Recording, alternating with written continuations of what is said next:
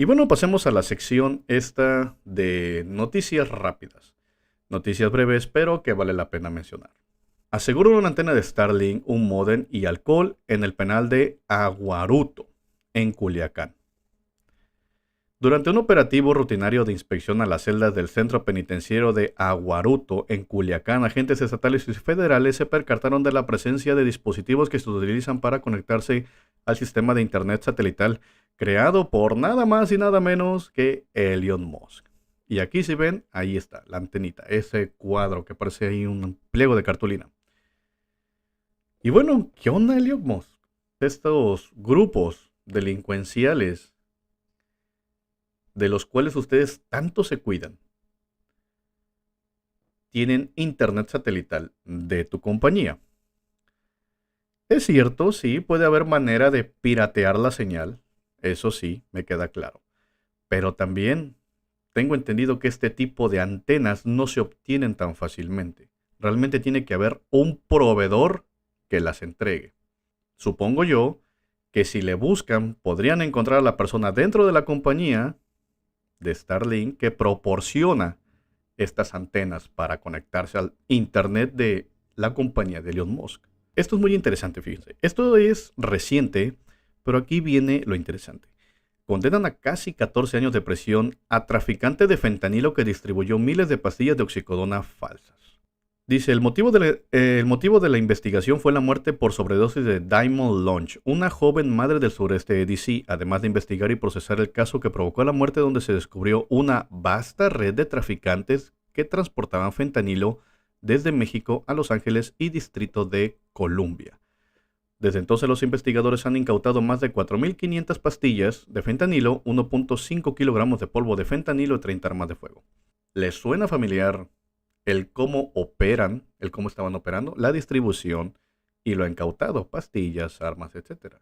Obviamente es la logística de un cártel, del crimen organizado, pero obviamente no lo quieren decir. Únicamente lo que dicen es que cayó un traficante que distribuía. No, carnal, cayó un miembro de un cártel en Estados Unidos, un cártel estadounidense. Y chequen, otra cosa que hace Trump, que también a mi parecer no cumple con los acuerdos que tiene con México. Chequen esto, Trump firmó hoy una orden ejecutiva para salvaguardar los derechos de la segunda enmienda, apuntando a los excesos en el control de armas de la era Biden.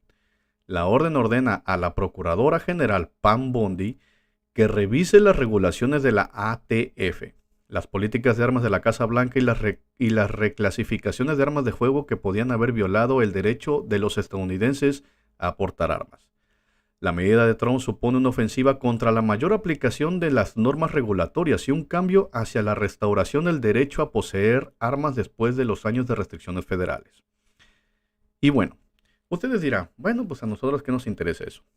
Bueno, les explico un poco. Joe Biden había impuesto regulaciones para la compra de armas por parte de personas estadounidenses, de ciudadanos estadounidenses.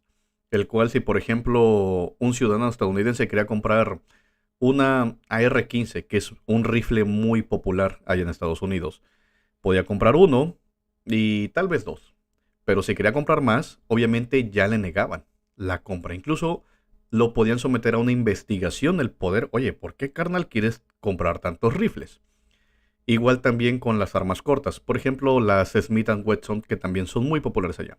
Si quería comprar una o dos, pero ya que fuera una armería y quisiera comprar una y después fuera otra y quisiera comprar dos, entonces ahí las regulaciones de Joe Biden evitaban esto. Donald Trump lo que está haciendo es darles carta abierta. Si una persona con suficiente dinero, hablando de estadounidenses, llega a una armería y dice, ¿sabes qué? Quiero 5 rifles AR-15 y échamelos. Se los van a vender, sin preguntar nada. Bueno, ¿sabes qué? Quiero que me des 5 revólveres Smith Wesson, que como dije son muy populares. Se los van a dar, como si nada. Entonces, ¿qué va a hacer? Pues que cualquier persona va a poder comprar la cantidad de armas que quiera. Esto obviamente no cumple con el compromiso que tiene Donald Trump de regular el tráfico de armas hacia México. Porque si estamos viendo que hay colusión de personal de aduanas para que ingrese las sustancias ilegales a Estados Unidos, ¿ustedes creen que no van a haber también esa misma colusión para que por las mismas aduanas entren armas estadounidenses. ¿Ustedes creen que eso no va a pasar? ¿Dónde está la regulación? ¿Dónde está el compromiso de Donald Trump? El compromiso no lo está cumpliendo. A quien se los está cumpliendo es a las armerías. Ellas impulsan la campaña y Donald Trump dice, yo cuando esté en el poder les quito las regulaciones para que ustedes vendan indiscriminadamente y a quien ustedes quieran cuanto quieran. Aunque eso va a afectar directamente más el ingreso de las armas, de esas armas, hacia territorio mexicano. Y bueno, pasando a temas más positivos, Putin abre la puerta a México y otros 6 países en el mercado de divisas. El anuncio ocurre el día después del anuncio de Donald Trump sobre la imposición de aranceles para México, Canadá y China. ¿Esto qué quiere decir? Bueno, pues que recordemos que en la economía se utiliza mucho el euro y el dólar en las transacciones internacionales entre países. Rusia, por ejemplo, uno de los países más sancionados por el conflicto con Ucrania, no podía recurrir ni al euro ni al dólar. Entonces, bajo esta misma estrategia, está invitando a otros países a que no solamente se sigan casados con el euro o con el dólar principalmente, sino que utilicen también otro tipo de moneda, como por ejemplo la que él está utilizando, si mal no recuerdo, creo que es el yuan chino, para estas transacciones internacionales. Entonces también esto abre una puerta para que México siga teniendo otras opciones y no seguir dependiendo tanto del comercio estadounidense ni del cambio del dólar estadounidense. Obviamente esto lo estamos hablando a un plazo pues más largo, no a un corto plazo. Pero sí, la verdad son buenas noticias para nuestro país en este sentido. Y bueno, siguiendo con las noticias en México, pues chequen esta persona. Ya sabemos quién es, pero pues desafortunadamente sigue dando de qué hablar y no por las razones correctas. Sergio Mayer debería estar trabajando como diputado y no de chismoso, reclama uno de sus enemigos. Un enemigo de Sergio Mayer le exige que se ponga a trabajar como diputado en lugar de andar de chismoso. ¿A qué se refieren con esto? Bueno, pues que Sergio Mayer está en la casa de los famosos como comentarista en el reality allá en Telemundo, ¿no? Entonces, pues, nuevamente preguntamos, ¿cuál es el valor político que tiene este personaje para que esté en la 4T? Está bien, si le gusta lo de las casas de los famosos, él sigue siendo, quieras o no, pues a lo mejor se sigue sintiendo una celebridad. Está bien, no hay ningún problema.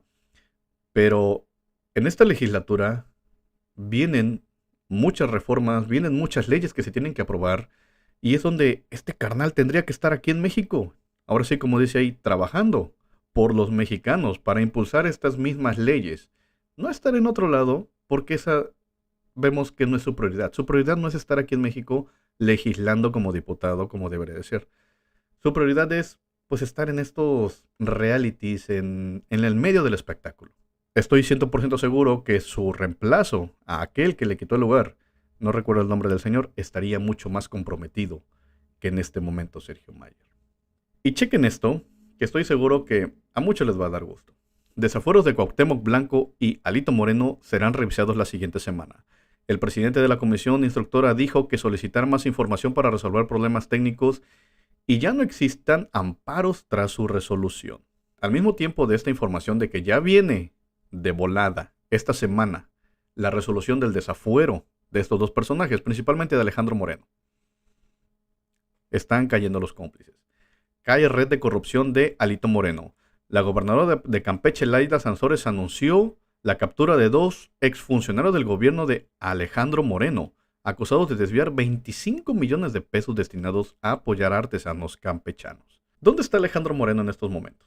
¿Dónde creen que está? Buenas tardes, desde Washington, D.C. En reuniones de trabajo privadas para abordar temas clave de la relación México-Estados Unidos, seguridad, el futuro del TEMEC y el fortalecimiento de nuestra cooperación bilateral. A ver, este carnal, ¿qué anda haciendo supuestamente reuniones hablando del TEMEC? Hablando de seguridad. Ese güey debería estar dirigiendo su partido. Pero ¿qué es lo que está haciendo en Estados Unidos? Ahí vemos las fotos. Que la neta no ni quien lo pele porque el güey nada más fue una sola cosa. Fue a pedir asilo. ¿Por qué? Porque recordemos que aquí les presentamos unos videos atrás que Alejandro Moreno supuestamente llegó a un acuerdo con Ken Salazar de que si él se oponía a la reforma judicial y en dado caso caminara este desafuero, Estados Unidos le iba a dar un asilo político. Y Ken Salazar le dijo, Simón, carnal, vente, yo te hago el paro. Gana Donald Trump, obviamente no se lleva con Ken Salazar porque son de partidos totalmente distintos. Y se va con Marco Rubio. Y Marco Rubio supuestamente le dice, sí, carnal, yo te voy a respetar el acuerdo con Ken Salazar. No hay bronca, tú vente. Si te desaforan, tú vente, yo te voy a hacer el paro aquí. Te voy a prestar la casa de Ricardo Anaya, no hay bronca. Pero la realidad es de que Ken Salazar no tiene nada de acuerdos con lo que está haciendo el gobierno de Donald Trump. Está totalmente en contra. Y si esos vamos, ¿ustedes creen que Marco Rubio va a respetar el acuerdo con una persona de la cual ni es del mismo partido y una persona de la cual está hablando pestes de las decisiones de su presidente? Obvio que no. Última hora, en una de esas, y Alejandro Moreno ya no regresa al país, se queda en Estados Unidos. Y les apuesto lo que quieran que va a ser lo mismo que Ricardo Anaya. Allá va a estar, hablando pestes, diciendo que es un perseguido, la chingada, bla, bla, pero desde Estados Unidos. Vamos a ver si Estados Unidos, así como dice que no alberga criminales, vamos a ver si de veras retacha a México, a Alejandro Moreno.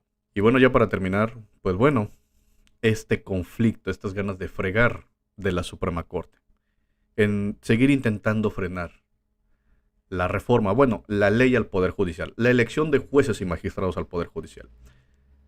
Tribunal Electoral del Poder Judicial de la Federación pide a Norma Piña y a 3 ministros de la Suprema Corte excusarse de la votación para definir el futuro de la elección judicial. El Tribunal Electoral del Poder Judicial de la Federación entregó a la Suprema Corte de Justicia de la Federación el informe que retrasó la disolución sobre las facultades para emitir resoluciones sobre la elección del Poder Judicial. En el documento, el Tribunal Electoral pidió a Norma Piña y a 3 ministros más excusarse de participar en la controversia sobre suspensiones en contra de la elección judicial. Lo único que puedo preguntar aquí es lo siguiente. ¿Qué chingado quiere Norma Piña? Porque ella y los ministros ya se van, ya presentaron su renuncia el año pasado. Y se van con más de 500,000 pesos en la bolsa mensuales. Más beneficios. ¿Cuáles? Guardaespaldas, camionetas, un asistente personal para ellos. Lo que les resta de vida. Una pensión sumamente dorada. Y aún así sabiendo que se van a llevar esta pensión, estos beneficios, con esta cantidad de dinero que es obsceno realmente, aún así siguen jodiendo. ¿Qué es lo que quiere? Ya se van, ya dejen de estar fregando y acepten que no pudieron con el pueblo de México. Porque muchos dicen, es que es la venganza de López Obrador. No, espérense. ¿Quién llevó a Claudia Sheinbaum a la presidencia? El pueblo. Y Claudia Sheinbaum muchas veces dijo, si yo llego, ¿quieren la reforma al Poder Judicial? Sí, ahí te va.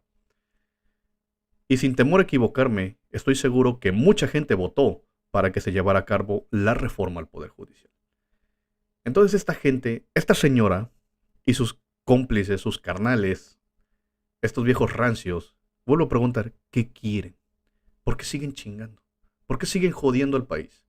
Ya, agarran sus 500,000 pesos mensuales, nunca van a volver a trabajar. Ya no tienen ni qué preocuparse, tienen su futuro asegurado. Que no es merecido, pero ahí lo tienen a final de cuentas. Y aún así, siguen siendo la peor piedra en el zapato. Y Norma Piña y su cártel de la toga pasará a la historia como una de las peores ministras nefastas, corruptas de México. Igual de nefasto como lo es Zedillo y Calderón, por ejemplo. Yo hasta aquí dejo el video. Muchas gracias y nos vemos luego.